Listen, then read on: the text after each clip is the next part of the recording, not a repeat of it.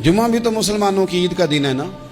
बहुत सारे लोग हैं बेचारे जो कहते हैं इस्लाम में ईदें सिर्फ दो हैं, हालांकि नबी पाक अलैहिस्सलाम ने कहा हर जुम्मा भी ईद है, और वो भी सिर्फ परेशानी उन्हें ईद मिलादुन नबी वाले दिन होती है, उसके आगे पीछे नहीं होती। हालांकि नबी पाक अलैहिस्सलाम ने कहा हर जुम्मा भी ईद है, खुद हुजूर ने फरमाया, लेकिन वो अड़ जाते हैं कि नहीं ईदें सिर्फ दो ही हैं। भाई आप ये कह सकते हैं कि इस्लाम की मारूफ ईदें दो हैं, अपने मान और मफहूम के लिहाज से जिसको यौम ईद कहा जाए वो ईदें दो हैं। इस दिन आयत नाजिल हुई थी, अरफा का दिन भी था और जुमे का दिन भी था, एक नहीं दो ईदें थी मुसलमानों की, दो ईदें थी मुसलमान। दुनिया में मिलता भी है, जुदा भी होता है।